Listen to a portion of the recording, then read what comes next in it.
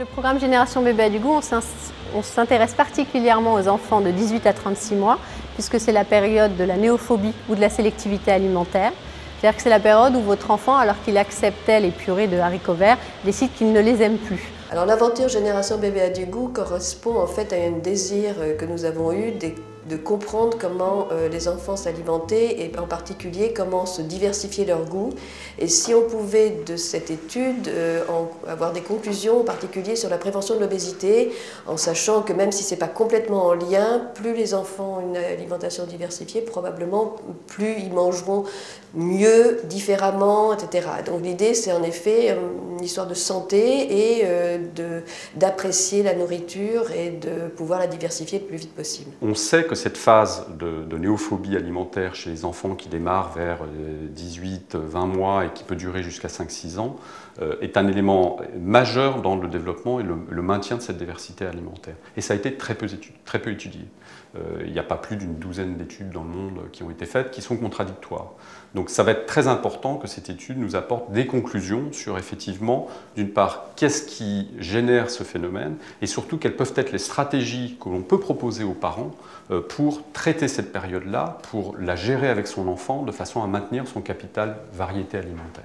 La Fondation Nestlé a été intéressée par cette étude et ensuite des chercheurs d'université ont proposé un projet à Nestlé qui a été accepté au niveau de sa fondation. Nous allons interroger des parents pour essayer de comprendre comment ils réagissent à la néophobie apparente de leurs enfants, ce qu'ils en comprennent et quelles sont les stratégies qu'ils mettent en place pour aider les enfants à dépasser leur néophobie. Le projet est accueilli de façon très favorable, c'est un peu ludique aussi, c'est un problème de formation, les parents sont toujours en questionnement par rapport à l'alimentation de leurs enfants, ils se demandent toujours s'ils font bien, ils ont des interrogations sur le fait de faire mieux et donc ils espèrent en tout cas, et puis nous espérons aussi pouvoir leur apporter des réponses. La santé, eh bien, elle commence dès avant la conception, si je peux dire, hein, si on parle de bébé, et que si on n'intervenait pas en santé publique à ce niveau-là, eh bien, on loupait déjà une première marche des enjeux de santé qui peuvent être, j'allais dire,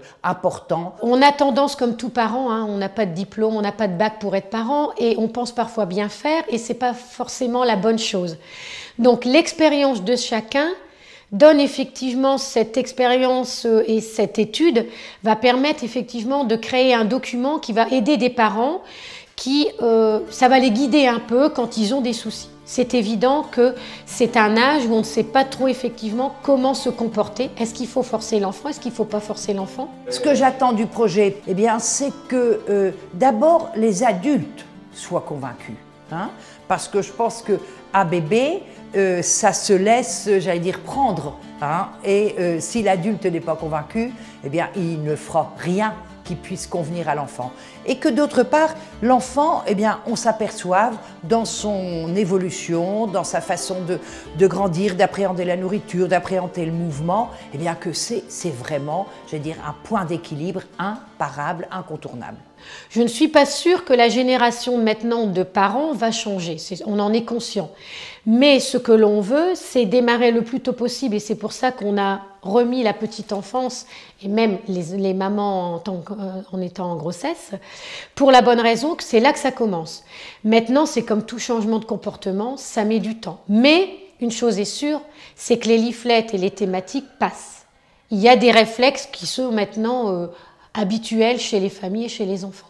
On s'est inscrit dans ce projet parce que les puéricultrices sont en première ligne concernant l'alimentation de l'enfant, mais toujours pareil, dans tous les champs d'activité, que ce soit à la crèche, que ce soit à la PMI ou que ce soit à l'hôpital, les parents sont toujours en recherche de renseignements, ont besoin d'être guidés, donc du coup on est là en tant que spécialiste de l'enfant pour répondre à leurs questions et les aider dans leur quotidien. Au sein de la crèche, le personnel l'a bien accueilli parce que c'est des questions qui sont quand même aussi d'actualité, l'alimentation du jeune enfant, et qu'elles ont envie aussi d'être participantes à quelque chose. Elles sont plutôt souvent actrices de ce qu'on leur demande de faire et pour une fois, elles peuvent être aussi actrices dans la réflexion et dans la recherche. Ça nous permet de participer, de mettre en valeur la profession et de la faire connaître et vraiment de produire cet outil qui va pouvoir être utilisé par toutes les professionnels en France pour expliquer aux parents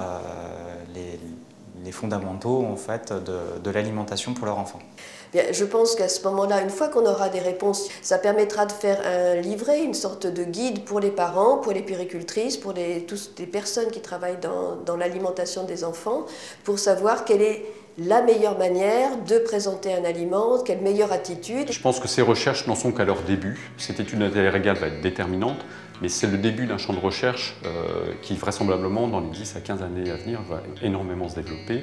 Sur les enfants, dans les différentes tranches d'âge, on sait aussi qu'à l'adolescence, c'est à nouveau une zone de risque pour le comportement alimentaire. C'est là que l'anorexie, la boulimie peuvent apparaître, par exemple. Donc c'est un point de départ, ce type de recherche. Et la Fondation, par son action, contribue à essayer d'accélérer ce phénomène scientifique aujourd'hui qui commence à être de plus en plus reconnu au niveau mondial. Ces réunions qui sont organisées par la Fondation Nestlé ont une grande importance pour mieux nourrir les enfants. Ils permettent de partager des idées parmi les scientifiques et c'est toujours le débat d'idées qui permet d'avancer dans une meilleure nutrition en pédiatrie.